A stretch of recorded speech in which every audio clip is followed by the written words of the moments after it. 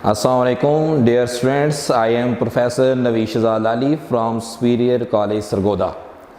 बेटा आज हम पढ़ेंगे molecular formula.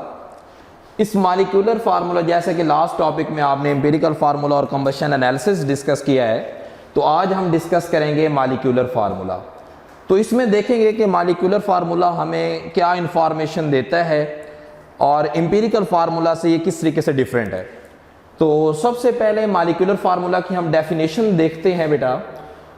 A formula which represents actual number of atoms in a molecule. तो इसमें आप देखें कि लफ्ज आया है actual number of atoms. Empirical formula में आपने क्या डिस्कस किया था कि वहां पे सिंपलेस्ट नंबर ऑफ एटम्स थे, सिंपलेस्ट होल नंबर रेशो थी। तो यहां पे बेसिकली क्या मौजूद है, actual number of atoms in the molecule of A compound. हम एग्जाम्पल देखते हैं। हमारे पास ग्लूकोज है, ग्लूकोज के अंदर बेटा 6 कार्बन है, हाइड्रोजन 12 है, ऑक्सीजन 6 है। जैसे कि आपने इसका जो एम्पिरिकल फार्मूला डिस्कस किया था वो क्या था, CH2O। लेकिन हमारे पास इसका जो मॉलिक्यूलर फार्मूला है ये क्या है, C6H12O6।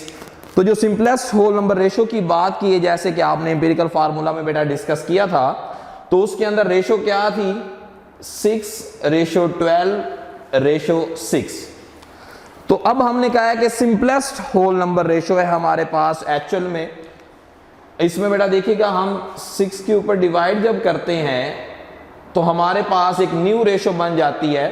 6 से कैंसिल हो जाएगा, 1 आ जाएगा, 12 6 से कैंसिल 2 आ जाएगा, 6 से कैंसिल 1। तो रेशो न्यू जो रेशो है वो क्या जनरेट होती है, 1:2:1।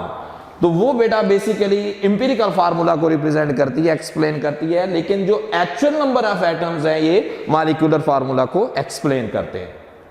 तो इसके लिए कुछ पॉइंट्स हैं हमारे पास, उन पॉइंट्स को हम स्टडी करते हैं। It can be determined bye empirical formula. अब असल में क्या था कि हमारे पास जो एम्पिरिकल फार्मूला है वो हम एक्सप्लेन करते हैं कंबशन एनालिसिस से। उसको हम एलिमेंटल एनालिसिस भी बोलते हैं, उससे हम इजीली फाइंड कर सकते हैं।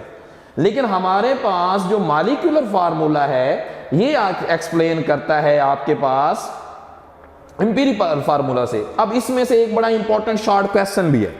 वो शॉर्ट क्वेश्चन क्या है, molecular formula is the integral multiple of empirical formula. ये अक्सर क्वेश्चन जो पुराने पेपर्स हैं, ओल्ड पेपर्स हैं, किसी भी बोर्ड के अंदर, चाहे वो सरगोदा बोर्ड है, पिंडी बोर्ड है, लाहौर बोर्ड, जिस बोर्ड में भी देखे तो अक्सर क्वेश्चन रिपीट हो रहा होता है, आपके कॉलेज के एग्जाम में भी रिपीट हो रहा होता है। तो basically molecular formula is the integral, वो कोई भी इंटीजर है और एम्पिरिकल फार्मूला से हम क्या करते हैं, मल्टीप्लाई। और इसकी एक रिप्रेजेंटेशन ये है और दूसरी रिप्रेजेंटेशन आप इस तरीके से भी लिख सकते हैं। तो बेटा इसमें देखें हमारे पास यहां पे जो इंटीजर है n है, इसकी वैल्यू क्या हो सकती है, वो बेटा 1 हो सकती है, वो 2 हो सकती है, 3 हो सकती है, एंड सो ऑन, 4 5 6 भी हो सकती है। तो यहां पे हम एक एग्जांपल डिस्कस करते हैं, ग्लूकोज। तो ग्लूकोज के लिए जो n की वैल्यू है वो बेटा 6 है।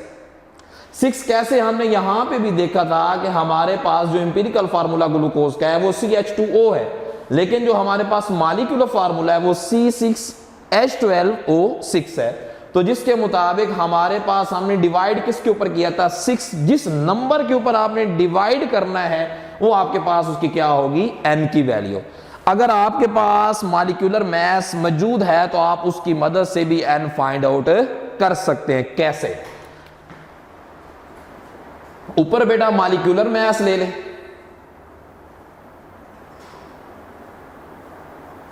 और डिवाइड कर दें एम्पिरिकल फार्मूला मास के ऊपर। बात समझ आई है? तो हम इसकी मदद से भी n की वैल्यू फाइंड आउट कर सकते हैं। इस तरीके से एक एक्सरसाइज के अंदर न्यूमेरिकल है, इधर भी न्यूमेरिकल है, तो जिसमें आप n की वैल्यू इस मास की मदद से फाइंड आउट कर सकते हैं। तो अब जैसे कि आपके सामने है molecular formula is the integral multiple of empirical formula, 6 से मल्टीप्लाई करें तो आपके पास C6H12O6 आता है। अब सेकंड पॉइंट की तरफ चलते हैं कि जो मॉलिक्यूलर फार्मूला है बेटा ये सिर्फ मॉलिक्यूलर कंपाउंड्स के लिए होता है, आयनिक कंपाउंड्स के लिए नहीं होता। लास्ट टॉपिक में जो डिस्कशन हुई है उसमें क्या था कि जो इंपिरिकल फार्मूला है वो ionic compound as well as molecular compounds दोनों के लिए होता है। अब बच्चा कहता है कि सर ये आयनिक कंपाउंड्स के लिए क्यों नहीं है? तो इंपिरिकल फार्मूला दोनों का एक्सपीरियंस किस तरीके से, आप जरा देखिएगा। हम मॉलिक्यूल की क्या डेफिनेशन करते हैं? जो इंडिपेंडेंट एग्जिस्ट कर सकता है, जबकि आयनिक कंपाउंड बेटा याद रखिएगा कभी भी इंडिपेंडेंट एग्जिस्ट नहीं करते। उसमें आप देखते हैं सोडियम क्लोराइड की एग्जांपल है जो आपने चैप्टर नंबर 4 के अंदर सॉलिड वाले पोर्शन में एक्सप्लेन करना है। तो वो बताता है कि हमारे पास उसके लिए जो मैस है, हम मॉलिक्यूलर मैस टर्म नहीं यूज करते, हम यूज करते हैं फार्मूला मैस यूनिट, ठीक है। तो इसलिए हम क्या कहते हैं कि जो आयनिक कंपाउंड्स उसके लिए सिर्फ मॉलिक्यूलर फार्मूला इस्तेमाल हम नहीं कर सकते, मॉलिक्यूल्स के लिए हम मॉलिक्यूलर फार्मूला इस्तेमाल कर सकते हैं। अब इसमें n की बात हो रही थी, तो बेटा जिस केस में n की वैल्यू यूनिटी हो जाएगी, जिस केस में n की वैल्यू यूनिटी हो जाएगी, तो उस केस में मॉलिक्यूलर फार्मूला और जो आपके पास इंपिरिकल फार्मूला ये सेम होते हैं। इसकी एग्जांपल बेटा देखिएगा, आपके पास इन एग्जांपल्स में हम देखते हैं कि आपके पास वाटर है, कार्बन डाइऑक्साइड है, H2SO4 है, मीथेन है, कार्बन मोनोऑक्साइड, और भी डिफरेंट एग्जांपल्स हैं। आप कोई भी एग्जांपल ले सकते हो। तो इन सब केसेस में n की वैल्यू बेटा क्या होगी? यूनिटी। जो हमने यहाँ पे फार्मूला लिखा है n, तो यहाँ पे जो 6 पुट किया है, तो उस केस में वहां पे क्या पुट करेंगे? यूनिटी पुट करेंगे। इसी तरीके से बेटा जब दो मॉलिक्यूल्स हैं और दोनों मॉलिक्यूल्स का फार्मूला सेम है, मॉलिक्यूलर फार्मूला सेम है, लेकिन उनके जो बेटा स्ट्रक्चर्स होंगे, जो एक्चुअल मॉलिक्यूल्स होंगे, वो क्या होंगे? डिफरेंट होंगे।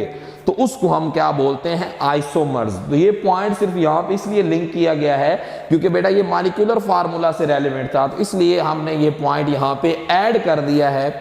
जैसे कि C2H6O है, तो बेटा ये इथाइल अल्कोहल यानी कि एथेनॉल, और डाई मिथाइल ईथर, ये फंक्शनल ग्रुप ईथर है। ये वाला जो फंक्शनल ग्रुप है बेटा ये अल्कोहल है, तो ये हमारे पास इथाइल अल्कोहल है। लेकिन ये वाला जो फंक्शनल ग्रुप है ये हम किसके लिए यूज करते हैं? ईथर्स के लिए यूज करते हैं। बात समझ आई है? तो जिसकी बेस पे हम क्या कहते हैं? Di methyl ether. अब यहां पे मैं इस चीज को समराइज करने जा रहा हूं। इस समरी में हम क्या कहते हैं कि जो मॉलिक्यूलर फार्मूला है बेटा वो एक तो एक्चुअल नंबर ऑफ एटम्स को रिप्रेजेंट करता है, एक पॉइंट। दूसरा हम क्या कहते हैं कि ये इंटीग्रल मल्टीपल है इंपिरिकल फार्मूला से, यानी कि हमारे पास डायरेक्ट टेक्निक नहीं है कि हम मॉलिक्यूलर फार्मूला फाइंड करें। हम पहले क्या फाइंड करते हैं? इंपिरिकल फार्मूला, जो कि हमारे कोर्स के अंदर एक्सप्लेन है, कंबशन एनालिसिस, जिसको मैंने बोला है एलिमेंटल एनालिसिस भी बोलते हैं। उसकी मदद से आप इंपिरिकल फार्मूला फाइंड आउट कर सकते हैं। और तीसरी बात जो हमने कहा है कि ये आपके पास अगर इसकी वैल्यू यूनिटी आए तो मॉलिक्यूलर और इंपिरिकल फार्मूला सेम होते हैं। और चौथी बात हमने ये कही है कि जो आइसोमर्स हैं वो बेसिकली मॉलिक्यूलर फार्मूला से ही ड्राइव्ड हैं, उनके जो स्ट्रक्चर्स हैं वो क्या होते हैं? डिफरेंट।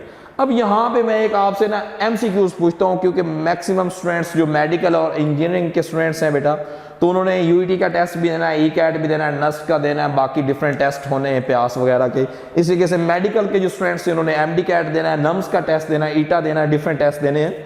तो उनके अंदर इसमें से क्वेश्चंस किस तरीके से पूछे जा सकते हैं? तो जरा देखिएगा बेटा, मैं एक आपसे ऑप्शन पूछता हूं बेटा।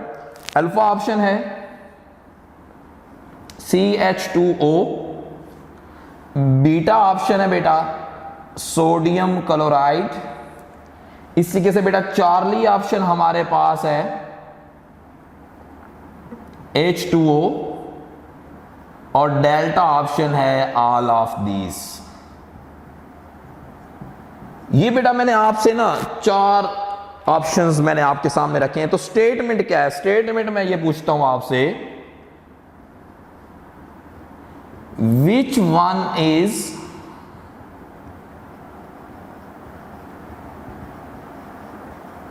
confirmed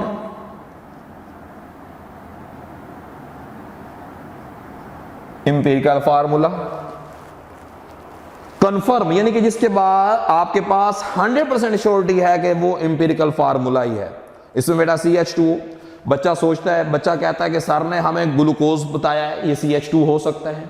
बच्चा इस ऑप्शन की तरफ जाएगा कि सर ये राइट ऑप्शन है, लेकिन मैं इसको क्रॉस कर देता हूं। बच्चा फिर कहता है कि सर ने वाटर बोला है, वाटर में आपके पास सर ने बोला था कि यही मॉलिक्यूलर फार्मूला भी होता है और एम्पिरिकल फार्मूला होता है। बच्चा इसकी तरफ जाता है, मैं इसको भी क्रॉस कर देता हूं।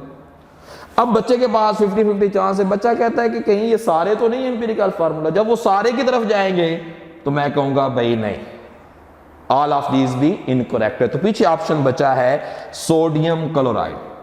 अब स्टूडेंट टीचर से बहस शुरू कर देता है कि सर नहीं, ये तो हमने पढ़ा, ये फिर बताएं क्या हो सकता है। चलो इसके बारे में तो डाउट है कि ये मॉलिक्यूलर भी हो सकता है, एम्पिरिकल भी हो सकता है, लेकिन इसके बारे में हमें कंफर्म है कि ये अभी आपने पढ़ा है कि ग्लूकोज।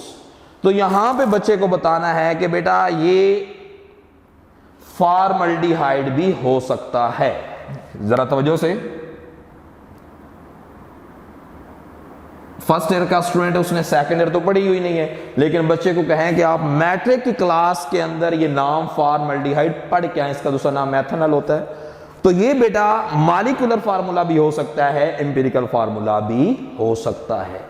तो यहां पे मैं एक और कंक्लूजन आपसे एक्सप्लेन करता जाता हूं, आपको बताता जाता हूं।